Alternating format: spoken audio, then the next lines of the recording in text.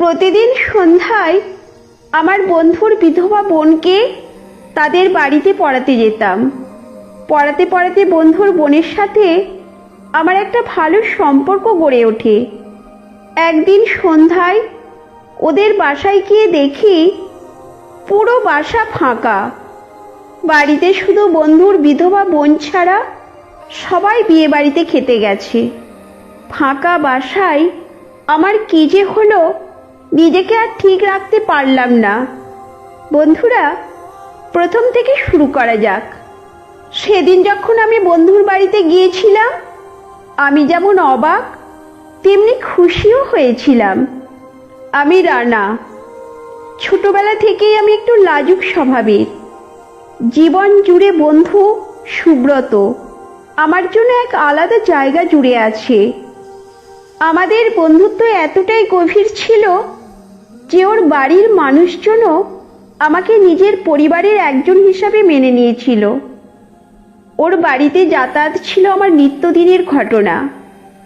সুব্রতের বড় বোন মেঘলা, যাকে আমরা আদর করে মেঘলা দিদি বলতাম, এক অসম্ভব শান্ত শালীন প্রকৃতির মানুষ। স্বামীর মৃত্যুর পর থেকে ও যেন আরো বেশি নিঃসঙ্গ হয়ে পড়েছিল, কিন্তু ওর মুখে সবসময় এক ধরনের মিষ্টি হাসি লেগে থাকতো, যা দেখে মন ভরে যেত। প্রতিদিন সন্ধ্যায় আমি ওদের বাড়িতে যেতাম। দিদিকে পড়ানোর পাশাপাশি কিছুটা সময় ওর সঙ্গে গল্প করতাম। ধীরে ধীরে এই সম্পর্ক এক গভীর বন্ধুত্বের রূপ নিয়েছিল। সেদিনও সন্ধ্যায় আমি যথারীতি সুব্রতদের বাড়িতে গেলাম। কলিং বেলের শব্দ শুনে দরজা খুলল মেঘলা দিদি। দরজার ওপার থেকে এক উজ্জ্বল হাসি দিয়ে বলল, রাডা, তুই এসেছিস? ভেবেছিলাম আজ বুঝি আসবি না। বাড়িতে ঢুকে লক্ষ্য করলাম চারপাশে যেন একটা অদ্ভুত নীরবতা। জিজ্ঞেস করলাম, সুব্রত কোথায়? আর বাড়ির সবাই? দিদি বলল, সবাই দাওয়াতে গেছে। আমার শরীরটা ভালো লাগছিল না, তাই বাড়িতে রয়ে গেলাম। ওর কথাটা শুনে কেন জানি না আমার মনে একটা অদ্ভুত অনুভূতি হলো। এত বড় বাড়ি, আর সেই বাড়িতে শুধু আমি আর মেঘলা দিদি। দিদি আমাকে বসতে বলল, তোর জন্য চা বানিয়ে আনি বলে রান্নাঘরের দিকে চলে গেল। আমি ড্রয়িং রুমে বসেছিলাম, কিন্তু চোখ বারবার রান্নাঘরের দিকে চলে যাচ্ছিল। দিদির চলাফেরা, ওর চুলের খোপা খুলে যাওয়া, আর মাঝে মাঝে পেছন ফিরে তাকিয়ে মিষ্টি করে হাসি দেওয়া, সব কিছুই যেন আমাকে অস্থির করে তুলছিল। চা নিয়ে এসে দিদি আমার পাশে বসলো। চা খেতে খেতে ওর সঙ্গে নানা বিষয়ের কথা বলছিলাম। হঠাৎই ওর চোখ দুটো আমার দিকে গভীরভাবে তাকিয়ে রইল। সেই দৃষ্টি ছিল অদ্ভুত, যেন সেখানে এক ধরনের অজানা আকর্ষণ লুকিয়ে আছে। দিদি বলল, আজ পড়ানোর দরকার নেই, চল একটু গল্প করি। আমি রাজি হয়ে গেলাম। আমরা গল্প করতে করতে জীবনের নানা বিষয় নিয়ে আলোচনা করছিলাম। হঠাৎ দিদি খুব ব্যক্তিগত কিছু কথা শেয়ার করলো। ও বলল, রানা, জানিস এই বাড়িতে সবার সঙ্গে থেকেও আমি কতটা একা।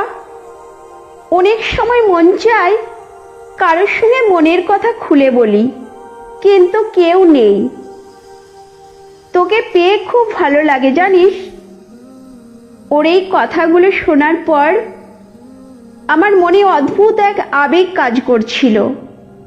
আমি ওর চোখের দিকে তাকিয়ে বললাম, তুমি একা নও দিদি, আমি তো আছি সব সময়। এই কথাগুলো শোনার পর দিদি কিছুক্ষণ চুপ করে থাকলো। হঠাৎই ওর চোখ দিয়ে টপ টপ করে পানি পড়তে শুরু করলো। আমি অস্থির হয়ে গেলাম। ওর হাত ধরে বললাম, কি হলো দিদি, তুমি কাঁদছো কেন? দিদি বলল, তুই আমাকে দিদি বলে ডাকিস, কিন্তু জানিস তোর মধ্যে আমি একজন বন্ধুকে খুঁজে পাই। তোর সঙ্গে কথা বলতে আমার খুব ভালো লাগে। এই ভালো লাগাটা ঠিক কিভাবে বোঝাবো জানি না। এই কথাগুলো শুনে আমার হৃদয় যেন আরো জোরে জোরে ধুকপুক করতে লাগলো। আমি ওর চোখ মুছে দিয়ে বললাম, তুমি যা অনুভব করছো সেটা আমারও মনে হয়। আমি তোমাকে শুধু একজন বন্ধুর মতো নয়, তার থেকেও বেশি কিছু মনে করি। আমরা একে অপরের দিকে তাকিয়ে রইলাম। সেই মুহূর্তে বাড়ির নিস্তব্ধতা, ফাঁকা পরিবেশ আর আমাদের হৃদয়ের আবেগ যেন মিলে গিয়ে এক নতুন দিগন্ত তৈরি করলো। আমি ওর কাছে একটু এগিয়ে গেলাম, ওর হাতটা আমার হাতে নিয়ে বললাম, তোমাকে আমি সবসময় সুখী দেখতে চাই।